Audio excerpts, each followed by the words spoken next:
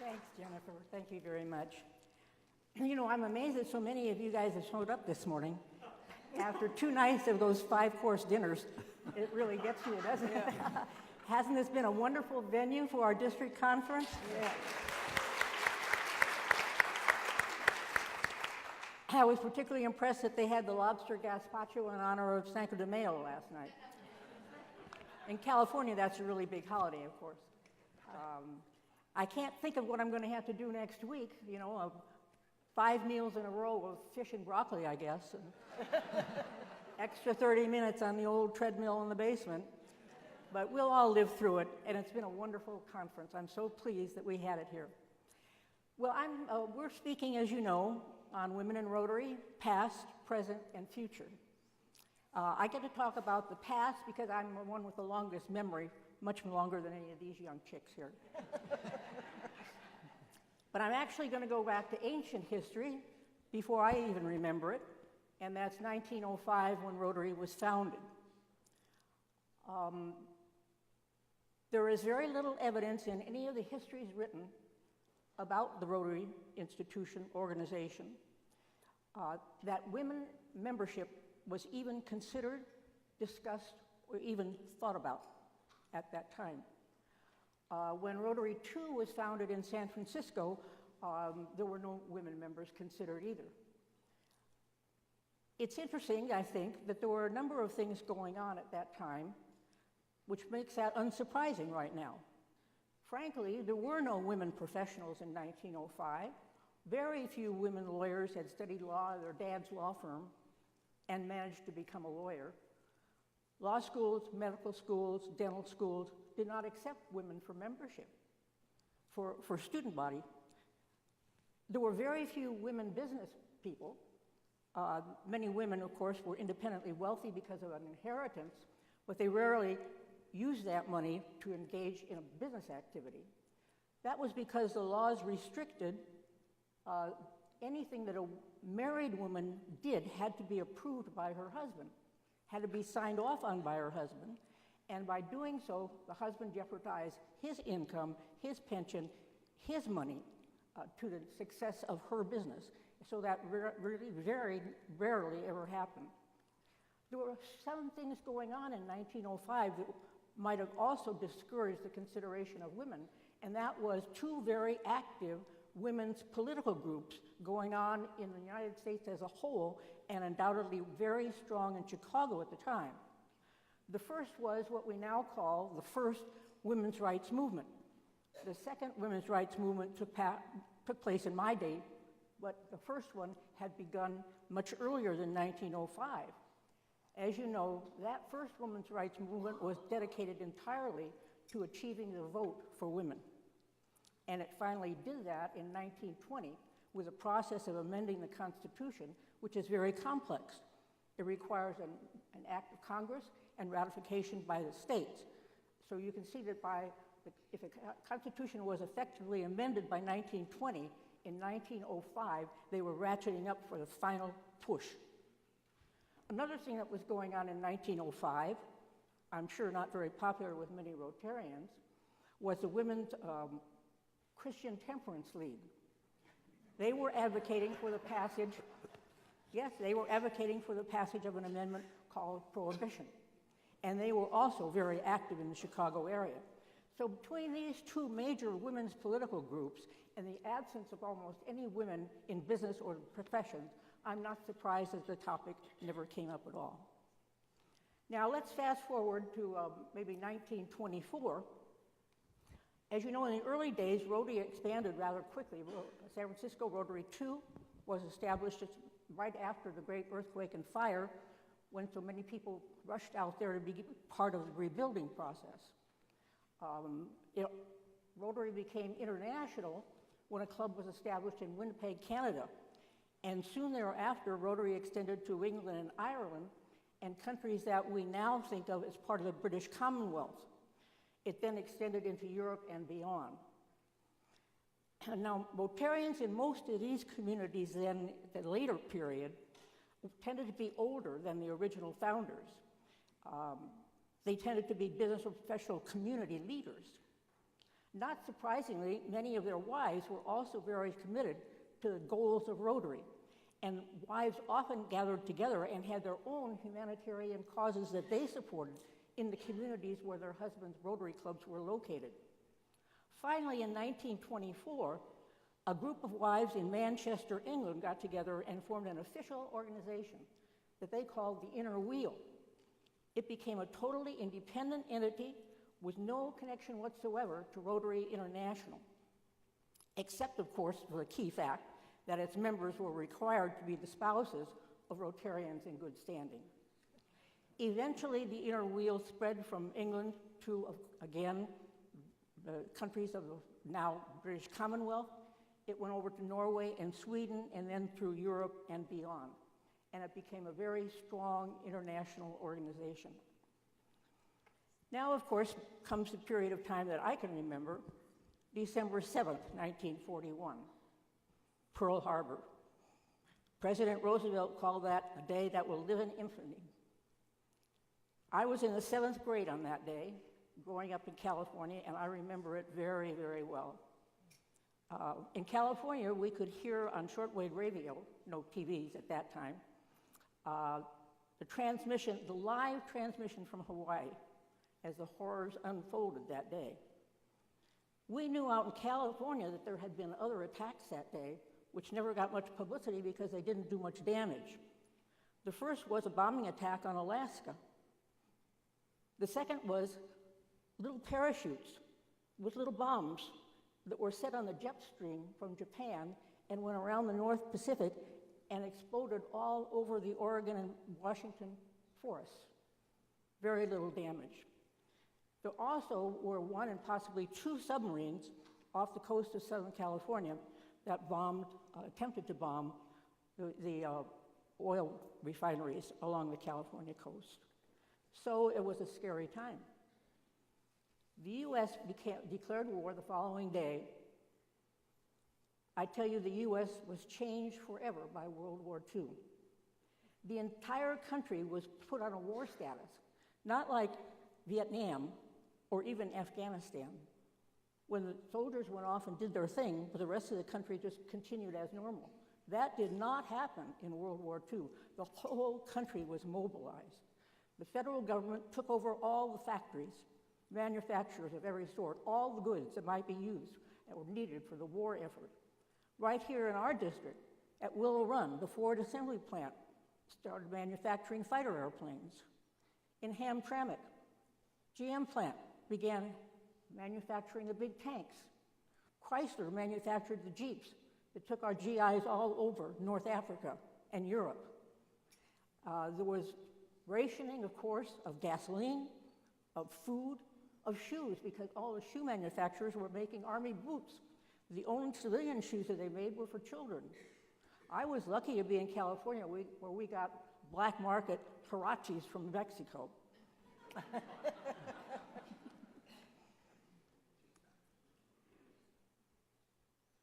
Since the able-bodied men were drafted, more and more of the work was done by women.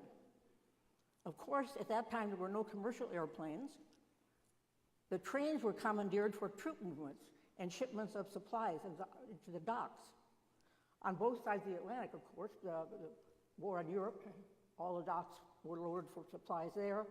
And in Southern California particularly, and San Francisco, the docks were loaded with troops and supplies for the war in the Pacific.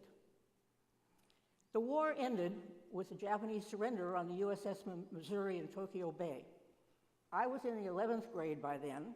I was studying extremely hard, and I was vowing, even then, that I was going to become a lawyer, and I was going to be sure that nothing like this ever happened again. 6 years later, when I was graduating from Stanford, I applied for admission to the Stanford Law School. As I was about to graduate, I thought to myself, that was really foolish to apply to only one law school. I didn't have a plan B. So luckily for me, the Department of State was offering the Foreign Service exam right there at Stanford. And I decided, okay, if I don't get admitted to law school, I'll join the Foreign Service. That's a good way to work for peace. So I went over to the place where they were offering the exam, and there was a guy sitting out in front registering people. You didn't have to pre-register. And as I came up to the table, no. There aren't any women in the Foreign Service. You can't take the exam. I said, now wait a minute. I know for a fact that there's a woman ambassador. Oh, well, that's a political appointment. That doesn't count. This is a service assignment, and there are no women. And I said, well, why? That doesn't make any sense. And they said, well, because, our officers have to entertain a lot. They need a wife to entertain for them. I said, my mom will entertain for me. Go away, there are guys standing in line. And I have to tell you then, I was humiliated and then infuriated. And that's the beginning of so many experiences that I had. I have to tell you, though, nothing has given me greater solace as a result of that experience than to be one of the people who created the Rotary World Peace Centers and to know that at least half of our Peace Fellows are women, like Jennifer.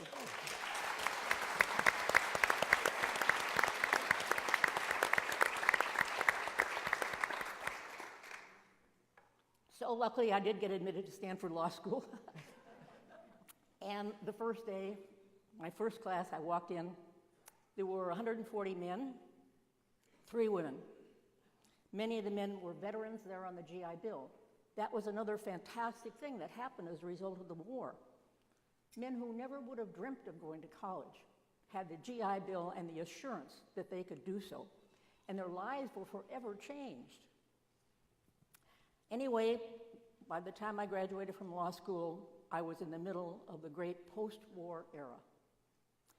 The post-war era brought an incredible scientific and technological revolution to this country. It had actually begun before the war ended.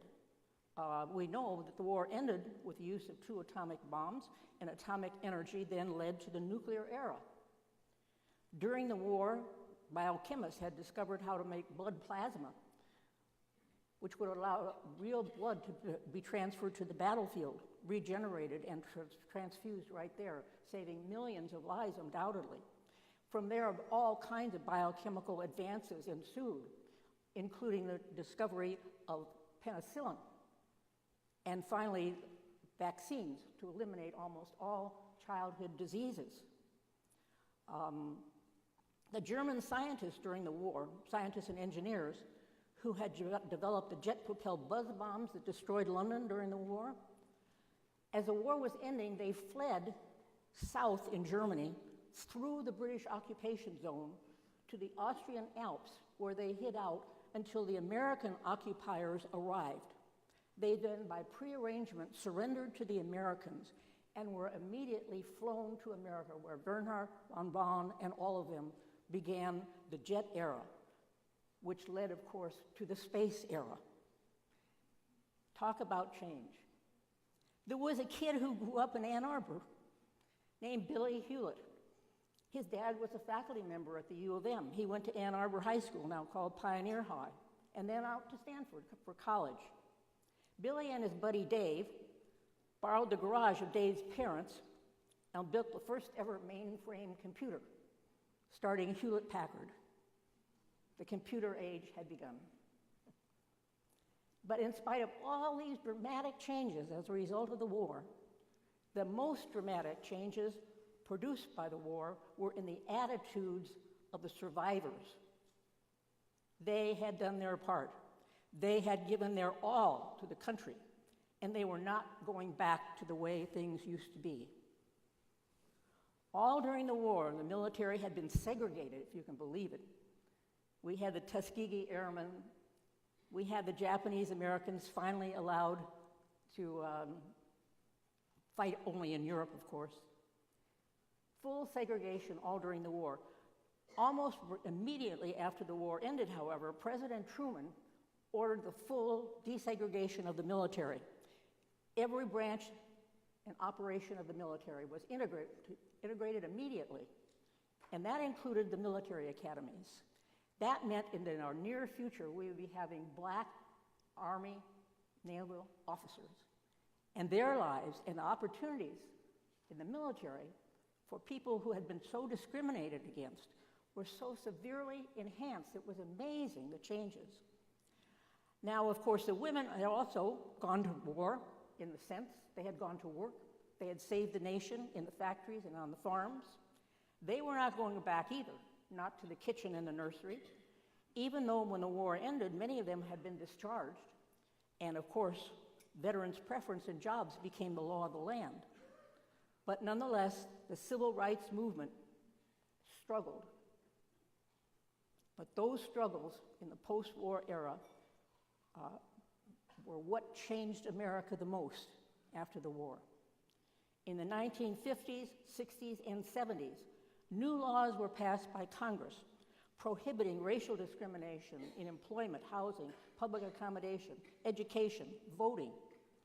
The U.S. Supreme Court finally reversed its previous acceptance of separate but equal in the famous case Brown versus Board of Education. Later, the court upheld the constitutionality of all the civil rights laws that had been passed. Now, women's rights were also addressed by Congress, but much more slowly.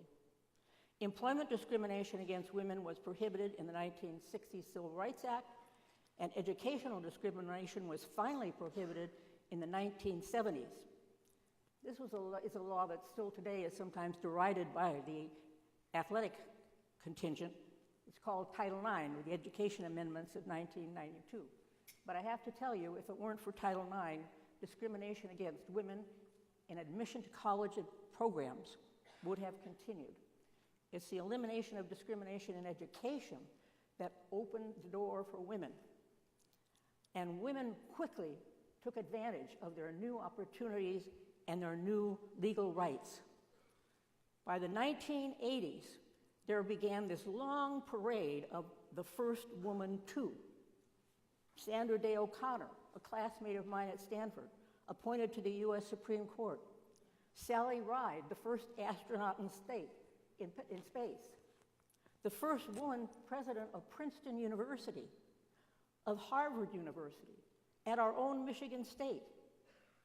Senior partners in law firms, a female U.S. vice presidential candidate on a major ballot, corporate boards of directors. Because of changes in the law, married women could now obtain credit without their husbands signing off to guarantee the debt. Thousands of women started small businesses as a result, without, of course, having to jeopardize their husband's income or his pension. Great changes were underfoot. Women were taking advantage of their rights and opportunities. Now, I have to say that these women, as they advanced up the corporate ladder, did not fail to notice Rotary. How could they? Their own buddies in the workplace were going off every week to the Rotary meetings. They knew all about Rotary, of course. They did notice Rotary. They noticed several things about Rotary right then.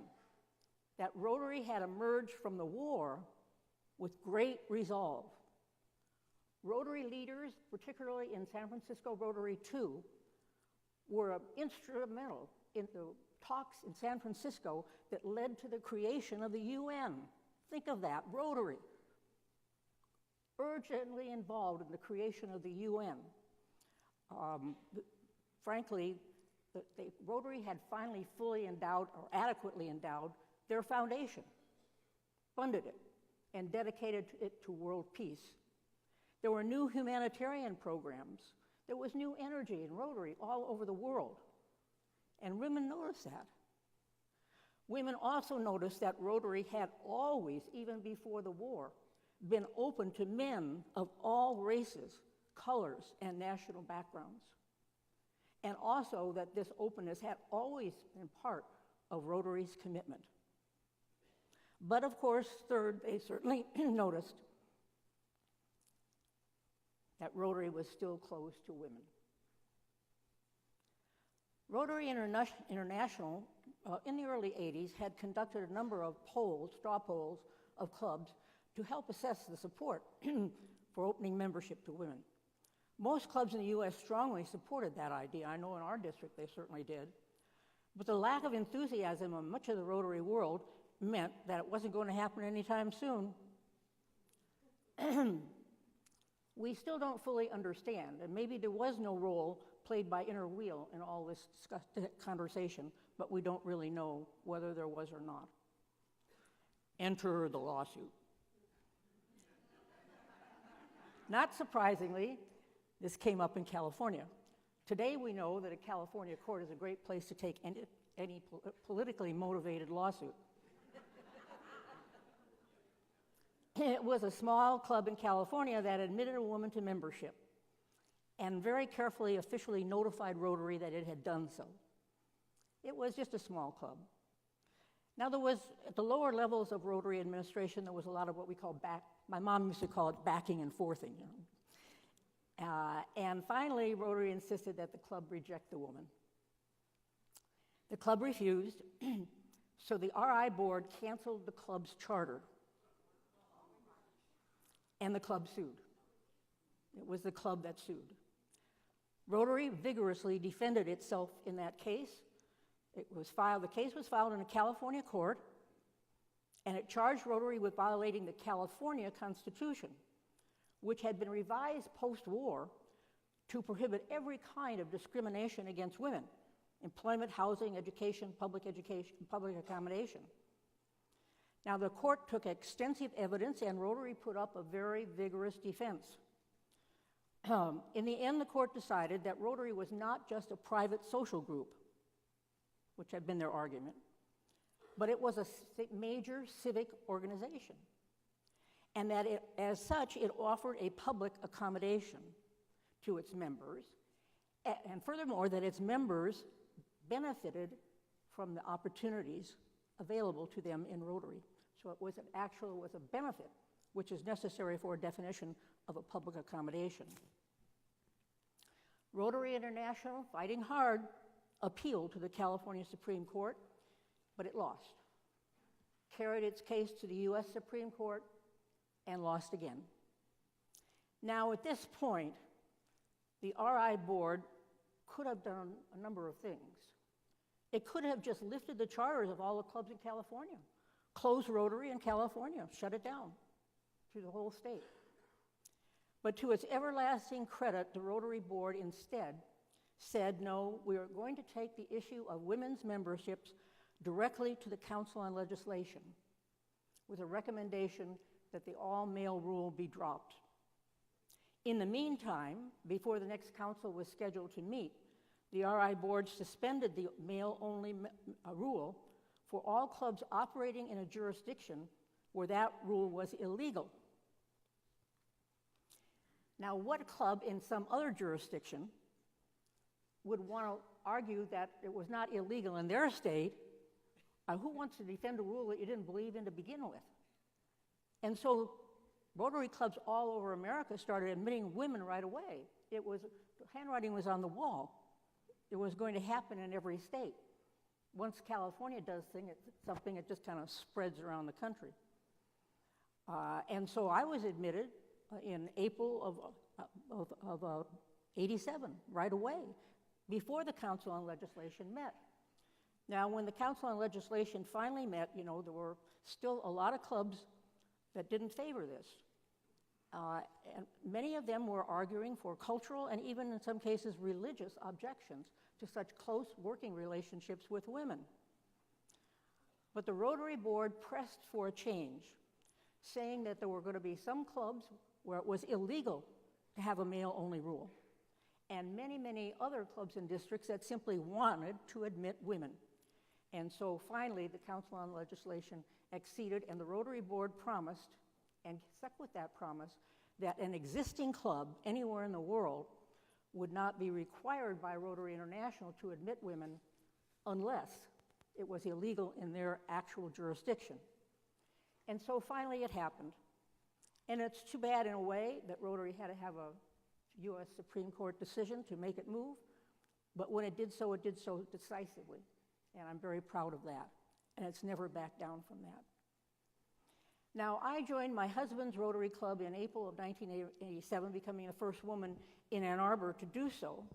And at that time at the U of M, I was the highest level female administrator, with the exception of the dean of the School of Nursing. I really enjoyed being a Rotarian. I think you talk to any woman who's a Rotarian and they will say the same thing. It frankly changed my life. It really did. It has offered me tremendous opportunities to meet and work with people from all over the world I would never have had a chance to meet and work with. Rotary, by the way, is a wonderfully flexible organization that gives members a chance to follow their passion into so many different avenues of service are open to us. If you have a great idea and are willing to work for it, there will always be some way that it can be accommodated by Rotary.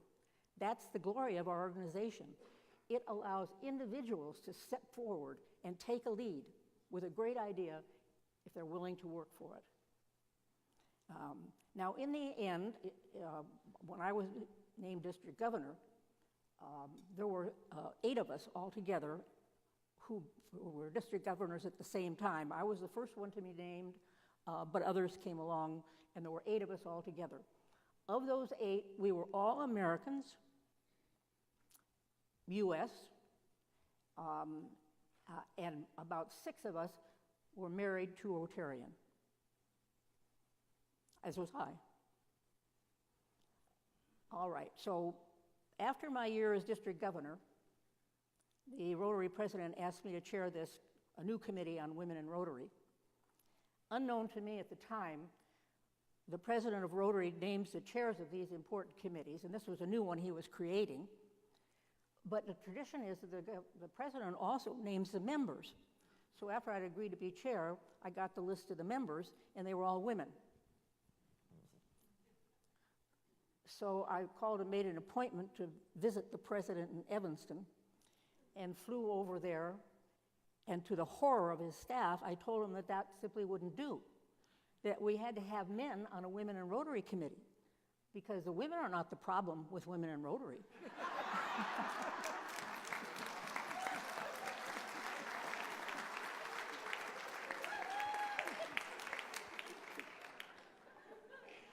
And I actually had the audacity to name a couple of my fellow district governors. and the president agreed. And so we had a mixed gender committee. And it was now 10 years, that was 1997, it was 10 years after women had been admitted to Rotary membership. And our committee sponsored a major survey of all clubs in the Rotary world. And we asked them, did they have women members? What were their plans? What did they think about women in Rotary? And we learned some interesting things. Of course, first of all, that many of the clubs, after 10 years, had already accepted women members. There were many, particularly in Europe, who said, well, they were trying to recruit women members, and others who said, well, they knew they needed to begin working on it, but they hadn't quite started. And of course, there were a few who were quite sure that the club members would never tolerate women members. But here was the big shocker, and not too many people know this. In South America, a number of clubs had sponsored other Rotary clubs which were all female. And you can imagine our committee's response to that. I mean, that is going in absolutely the wrong direction. And so we recommended to the Rotary Board immediately that they create a rule that every newly chartered Rotary club had to have both genders as members unless it was extremely strong justification for not having it. We also recommended that we continue with the rule that the Rotary Board had supported earlier, that we would not require existing clubs to offer membership to women unless it was illegal for them. That seemed the prudent compromise with all the old guys who are they'd rather have their club die than admit women. And if that's what they wanted to do, that was what was going to happen. We recommended that Rotary not actually keep track of the numbers of women. We felt strongly that we were all Rotarians. Just call us Rotarians, don't call us women Rotarians. But there's been some exceptions to that, although the Rotary Board agreed with it at the time. And we also recommended a number of ways that the Rotary International could encourage and help clubs and districts in their efforts. Now, since then, I've served on a number of other Rotary and RI zone committees, as you've heard. But I really am truly strongly proud of serving on the committee to implement the Rotary Centers for International Studies in Peace and Conflict Resolution. And I'm very proud of the women who have been chosen, as well as the men who have been chosen for those prestigious fellowships. As you know, most of the fellowships are a 2-year graduate program, fully funded by Rotary, at a school, a very distinguished school somewhere in the world. There's a faculty member who is the Rotary Center Director, who mentors our students, tracks their careers, and helps them arrange for a summer internship where they can do further research. These are research-based degrees, and they help us understand, as we heard yesterday, how important it is to understand the effects of what we're trying to do in the world. Now, since I was governor, our district has had 4 more women governors, and will soon have another in Jane McManus. So how are the district clubs doing?